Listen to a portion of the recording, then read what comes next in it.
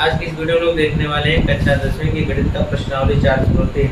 तो प्रश्नावली 4/3 के जो ये सवाल लिए गए हैं आपके सामने दिए गए हैं, यह एनसीईआरटी की बुक से सवाल हैं। ठीक है, एनसीईआरटी की बुक में आपको पहला सवाल दिया गया है कि निम्न द्विघात समीकरणों के मूलों की प्रकृति ज्ञात कीजिए, यदि मूलों का अस्तित्व हो तो उन्हें ज्ञात कीजिए। ठीक है, तो आपको यहाँ पर सबसे पहले पूछा है मूलों की प्रकृति ज्ञात कीजिए। तो हम आपको पहले यह बताएंगे कि मूलों की प्रकृति होती क्या है। मूलों की प्रकृति का मतलब यह होता है कि आपको यह बताना है कि किस द्विघात समीकरण का हम मूल ज्ञात कर सकते हैं, किस द्विघात समीकरण का मूल ज्ञात नहीं कर सकते हैं, और साथ ही साथ किस द्विघात समीकरण के कितने हल हो सकते हैं। जैसे द्विघात समीकरण के दो हल होंगे, क्या दोनों हल एक समान होंगे, असमान होंगे, या इनका हल नहीं ज्ञात किया जा सकता है। तो उसकी एक शर्त होती है। मान लीजिए कि आपके पास एक द्विघात समीकरण है जो कुछ इस प्रकार से है कि वह ax² + bx + c होगा। ठीक है, बराबर में 0। यह द्विघात समीकरण का व्यापक रूप है। आपका द्विघात समीकरण ax² + bx + c के रूप में है। तो इसमें हम इसकी प्रकृति ज्ञात करने के लिए हमको क्या निकालना पड़ता है, विभक्तिकर निकालना पड़ता है। क्या निकालना पड़ता है, विभक्तिकर निकालना पड़ता है। तो विभक्तिकर को हम d से भी व्यक्त कर सकते हैं। विभक्तिकर d बराबर होता है b² - 4ac। ठीक है, विभक्तिकर d बराबर क्या होता है, b² - 4ac। अब हम लोग क्या करेंगे, हमारे पास जो यह द्विघात समीकरण दिया रहेगा, x² का जो अचर पद a होगा, x का अचर पद b, और जो बचा है वो अचर पद c होगा। ठीक है, तो यहाँ पर हम यह देखने वाले हैं कि जो b² - 4ac जब हम निकाल लेंगे तो यहाँ पर b² - 4ac का अगर हमको मान क्या मिलता है, अगर वह d से मतलब 0 से बड़ा मिलता है। ध्यान दीजिएगा, अगर b² - 4ac का मान हम निकाल रहे हैं वह हमको 0 से बड़ा मिल रहा है, यानी यह कहीं हमको धनात्मक मान प्राप्त हो रहा है। कौन सा मान प्राप्त हो रहा है, धनात्मक मान मिल रहा है, और वो भी 0 से बड़ा मिलेगा। ठीक है, तब हम कहेंगे इसके जो दोनों मूल होंगे वह दो भिन्न वास्तविक मूल हमको प्राप्त होंगे। दो भिन्न वास्तविक मूल प्राप्त होने का मतलब यह है, यहाँ पर x के दो मान तो प्राप्त होंगे हमको, ठीक है, लेकिन दोनों भिन्न होंगे, यानी दोनों असमान होंगे, यानी अलग अलग होंगे। ठीक है, अगर यहाँ पर हमको d का मान अगर 0 प्राप्त हो जाए, d का मान हमको क्या प्राप्त हो, 0, मतलब b² - 4ac हम निकाल रहे हैं, हमको 0 मिल जाए, तो d का मान अगर हमको 0 मिल जाएगा, हमारा विभक्तिकर जो होगा वह b² - 4ac किसके बराबर होगा, 0 के। तो हम कहेंगे कि दो बराबर वास्तविक मूल हमको प्राप्त होंगे। कहने का मतलब यह है कि यहाँ पे x के जो दो मूल मिलेंगे, यानी x का जो दो मान मिलेगा वह दोनों बराबर होंगे। तब जब हमको विभक्तिकर d बराबर क्या मिलेगा, 0 मिलेगा। तो आप कहेंगे कि इसके दोनों मूल वास्तविक होंगे और साथ ही साथ क्या होंगे, बराबर होंगे। तो आपने यह देखा, अगर d का मान 0 से ज्यादा मिलेगा यानी धनात्मक मिलेगा, तब आप कहेंगे कि मूल हमारा वास्तविक होगा और दोनों अलग अलग मिलेंगे, यानी दो भिन्न भिन्न मूल मिलेगा। फिर आपने देखा अगर b² - 4ac अगर 0 के बराबर होगा, तो हमको यहाँ पर जो इसके दो मूल मिलने वाले हैं दोनों हमको बराबर मिलने वाले हैं। ठीक है, यानी x का दोनों मान बराबर मिलेगा। अब तीसरी कंडीशन यहाँ पर यह होती है कि अगर विभक्तिकर का मान 0 से हमको छोटा मिल जाए, तो आप यह कर सकते हैं कि जो d का मान हो वह 0 से क्या हो जाए, छोटा हो जाए।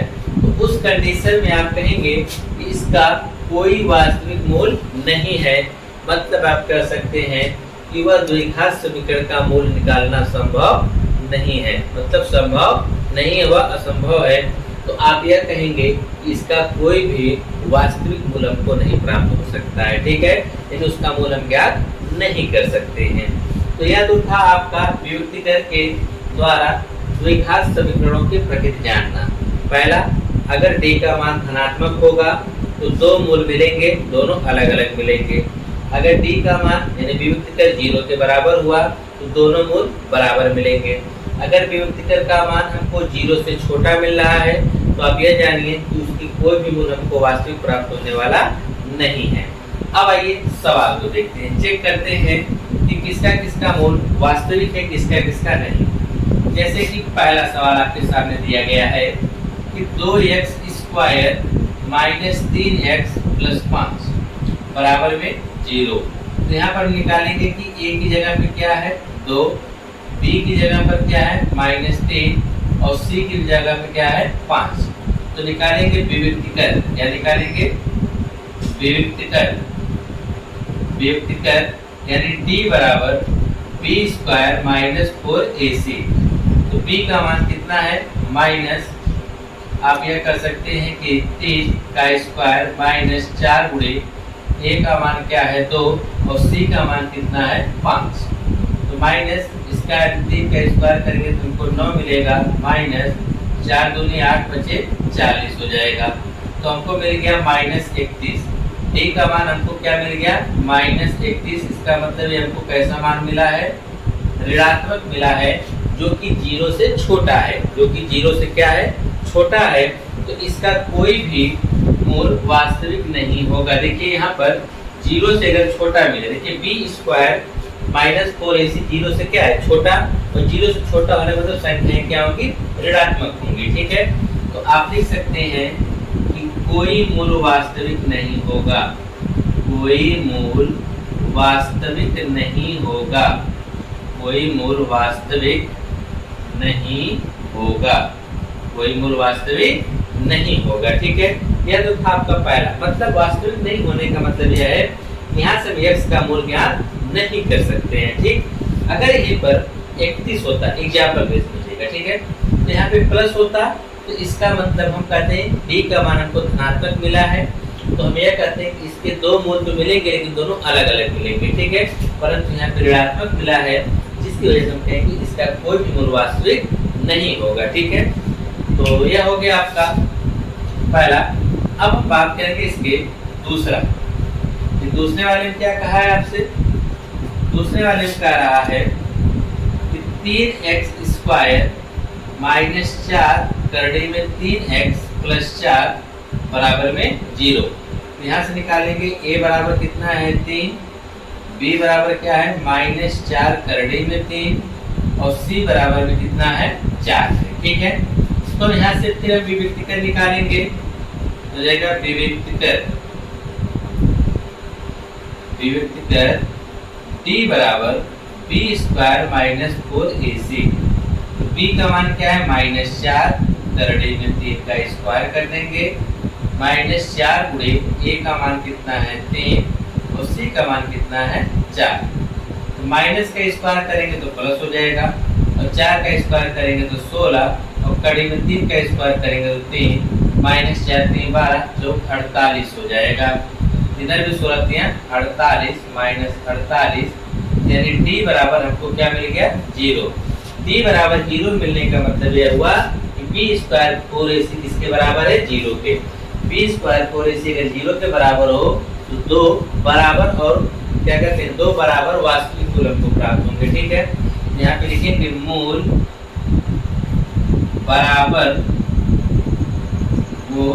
बराबर वास्तविक होंगे, मूल बराबर एकदम यहाँ दोनों मूल लिखना पड़ेगा, दोनों मूल बराबर एवं वास्तविक होंगे, एवं वास्तविक होंगे। अब आप कहेंगे सर उसमें तो लिखा गया है दो बराबर मूल वास्तविक होंगे, मतलब यहाँ भी इसका मतलब समझिए, वास्तविक का मतलब है कि मूल हम ज्ञात कर सकते हैं और वह दोनों मूल कैसे होंगे बराबर होंगे। तो यहाँ पर भी हमने लिखा कि दोनों मूल तो बराबर होंगे लेकिन कैसे होंगे वास्तविक होंगे, मतलब हम इसका मूल ज्ञात कर सकते हैं लेकिन दोनों मूल क्या होंगे बराबर होंगे। कहा कि यदि मूलों का अस्तित्व है, जिसका मूलों का अस्तित्व है तभी तो यह वास्तविक है, तो उन्हें ज्ञात कीजिए। अब इसे आपको ज्ञात करना पड़ेगा। जब हमको इसको ज्ञात करना पड़ेगा तो हमको देखिए इसको लगाने के दो तरीके हैं, या जिसे आप द्विघाती सूत्र की सहायता से लगा लीजिए, या तो बाहर की संख्या का गुणा करके आप लगा लीजिए। ठीक है, बाहर की संख्या गुणा करिए, जो आएगा उसको बीच वाली संख्या को तोड़ के गुणन कर दीजिए, ठीक है। लेकिन हम इसको द्विघाती सूत्र से लगाते हैं, ठीक है। देखेंगे द्विघातीय सूत्र जिसे सिद्धाचार्य सूत्र भी कहा जाता है। यहाँ कोई x का मान निकालना, तो x बराबर हमारा हो जाएगा -b plus minus under root b square minus 4ac बटा में क्या आएगा 2a। तो x बराबर -b, b का मान क्या है ऑलरेडी देखिए यहाँ पे -1 लगा दिया और b का मान ऑलरेडी माइनस में है, तो माइनस माइनस क्या हो जाएगा प्लस हो जाएगा 4 करड़ी में 3। यहाँ प्लस लिखने की कोई जरूरत नहीं है, तो हम डायरेक्ट लिख देंगे 4 करड़ी में 3 plus minus b square minus 4ac का मान हमने कितना निकाला है 0। चलो एक बार हम रख देते हैं यहाँ पर b स्क्वायर, b का मान क्या है -4, तो -4 करड़ी में 3 का स्क्वायर -4 गुणे a का मान कितना है 3 है, तो 3 हमने रखा और उसके बाद c का मान 4 है, हमने यहाँ पे 4 रखा और बटा में कितना है, बटा में 2a, a का मान हमने कितना रख दिया 3। और आप भली भांति जानते हैं क्या हो जाएगा 4 करड़े में 3 प्लस माइनस, इसको हमने जस्ट अभी यहाँ पे हल किया है, हमको क्या मिला है 0, हम डायरेक्ट 0 रख के बटा में 3 दूने 6 कर देंगे। तो x बराबर हमारा आ जाएगा 0, इसमें जोड़ो चाहे घटाओ कोई फर्क नहीं पड़ेगा। 4 करड़ी में 3 बटा 6, 2 से हम काट देंगे, आ जाएगा 2 करड़ी में 3 बटा में क्या आएगा 3। तो यहाँ पर x के जो मान आ रहा है 2 करड़ी में 3 बटे 3 आ रहा है, ठीक है।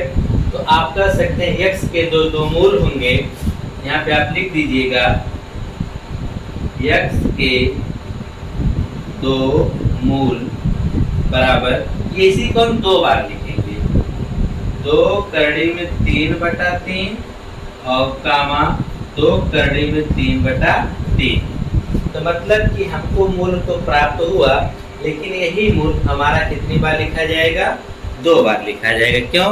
क्योंकि दोनों मूल क्या हैं बराबर हैं। यहाँ पे पहले बता दिएगा दोनों मूल कैसे होंगे बराबर होंगे, ठीक है। तो यह तो था आपका दूसरा।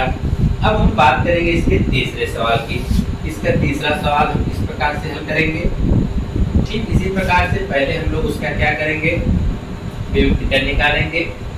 विभक्तिकर निकालने के बाद देखेंगे मूल वास्तविक है कि असमान है, ठीक है। तो चलिए तीसरा कहा है कि 2x square minus 6x plus 3 बराबर 0। निकालिए a बराबर कितना आ जाएगा 2, b बराबर -6, c बराबर 3। क्या निकालेंगे विभक्तिकर b बराबर b square minus 4ac। b का मान क्या है -6, तो -6 का स्क्वायर -4 गुणे a का मान क्या है 2 और c का मान क्या है 3।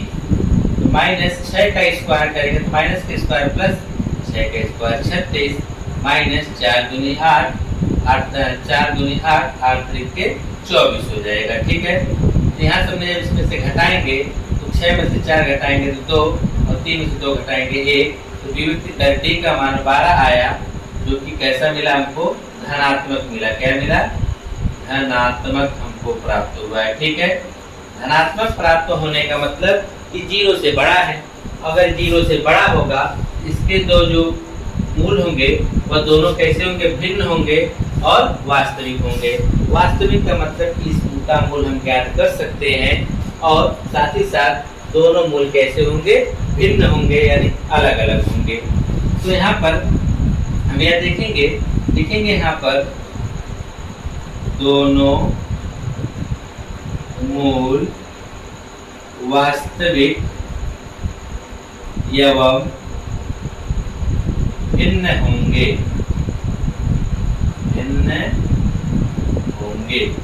देखिए, जिसका मूल हम ज्ञात कर सकते वह अस्तित्व में है, जिसका मूल हम ज्ञात नहीं कर सकते वह अस्तित्व में नहीं है। इसका मूल आप ज्ञात कर सकते हैं, दोनों मूल वास्तविक होंगे, मतलब दोनों मूल आप ज्ञात कर सकते हैं, लेकिन दोनों कैसे होंगे भिन्न होंगे। भिन्न होने का मतलब कि दोनों के x जो आएगा वह 2 आएगा, दोनों अलग अलग आएंगे, ठीक।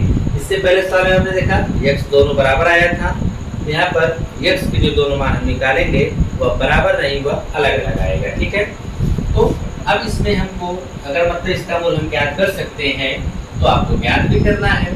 तो ज्ञात करने के लिए हम किसका प्रयोग करेंगे? द्विघाती सूत्र का प्रयोग कर रहे हैं। ठीक है, द्विघाती सूत्र का प्रयोग करेंगे और द्विघाती सूत्र x बराबर क्या होता है? Minus B plus minus under root B square minus 4ac बटा 2a। यहाँ पे हम सबका मान रखने वाले हैं। x बराबर माइनस बी, यहाँ पे देखिए माइनस है, यहाँ पे भी माइनस है, तो माइनस माइनस क्या हो जाएगा? प्लस हो जाएगा।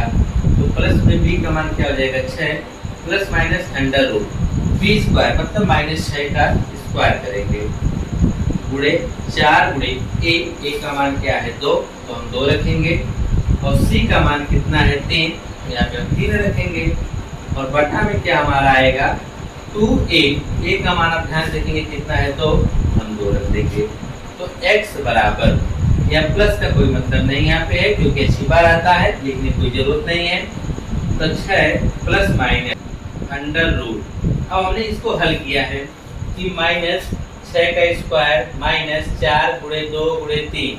ठीक है, इसको हल करने पर हमको कितना मिला? 12, तो अंडर रूट में आ जाएगा 12 और बटे में 2 दूना 4 हो जाएगा। ठीक है, अब देखिए जब यहाँ पे प्लस माइनस दो चिन्ह जब एक साथ आते हैं तो हम एक एक करके दोनों को लेकर हल कर देते हैं। ठीक है, एक बार हम प्लस चिन्ह लेंगे, लिखेंगे प्लस चिन्ह लेने पर, प्लस चिन्ह लेने पर तो x बराबर हमारा क्या हो जाएगा? x बराबर हो जाएगा 6 प्लस अंडर रूट 12 बटे में कितना हो जाएगा? 4 हो जाएगा। ठीक है, लेकिन अंडर रूट 12 है, इस 12 को हम लोग बाहर में तो निकाल सकते हैं इस प्रकार से। अंडर रूट 12 को हम लिख सकते हैं 4 गुणे 3 और आप जानते हैं 4 2 बन के बाहर आ जाएगा, तो अंडर रूट क्या बच जाएगा? क्या करते हैं? 2 करड़ी में 3। चलो एक लाइन इसे और हल कर देते हैं, लिख देंगे x बराबर 6 प्लस माइनस 12 को क्या लिख सकते हैं? 2 करड़ी में 3, 2 करड़ी में 3 बटा में क्या? 4। अब वहाँ पे डायरेक्ट ये चीज लिख देंगे। ठीक है, नहीं तो हमको बार बार हल करना पड़ता है इस चीज को। ठीक है, तो यहाँ पे हम x बराबर लिख सकते हैं, प्लस लेंगे तो यह हो जाएगा 6 प्लस यहाँ हो जाएगा 2 करड़ी में 3 बटा में कितना हमारा हो जाएगा? बटा में हमारा चल रहा है 4। अब यहाँ से हम 2 कॉमन ले लेंगे ऊपर से, जब 2 कॉमन लेंगे तो हो जाएगा 3 प्लस करड़ी में 3 बटा में कितना? 4, ये 2 से कट जाएगा तो x बराबर आ जाएगा 3 प्लस करड़ी में 3 बटा में क्या आ जाएगा? 2। ये x का मान आ गया। ठीक है, अब इसी तरह से हम क्या लेंगे? माइनस लेने पर, माइनस लेने पर तो x बराबर यहाँ पे हमको क्या मिलने वाला है? यह हो जाएगा 6 माइनस 2 करड़ी में 3 बटा में कितना हो जाएगा? 4 हो जाएगा। ठीक है, तो यहाँ से भी हम 2 कॉमन लेंगे, जब 2 कॉमन लेंगे तब देखिए क्या बनने वाला है? जब हम 2 कॉमन लेंगे तब यही आएगा कि x बराबर 2 कॉमन ले लीजिए, क्या आएगा? 3 माइनस करड़ी में 3 और बटा में कितना? 4, तो ये कट जाएगा तो x बराबर आएगा 3 माइनस करड़ी में 3 बटा में 2 आएगा। ठीक है, तो x के 2 मूल मिले, पहला 3 प्लस करड़ी में 3 बटा 2, दूसरा 3 माइनस करड़ी में 3 बटा 2 मिला। लिखेंगे x के मूल, x के मूल बराबर 3 माइनस करड़ी में 3 बटा 2 कामा 3 प्लस करड़ी में 3 बटा 2। तो इसके 2 मूल हमको मिलने थे क्योंकि दोनों को दोनों असमान मूल मिले हैं। ठीक है, वास्तविक का मतलब कि मूल मिला है हमको, असमान का मतलब दोनों अलग अलग मूल प्राप्त हुए। ठीक है, तो यह तो था आपका प्रश्नावली 4/3 का पहला सवाल।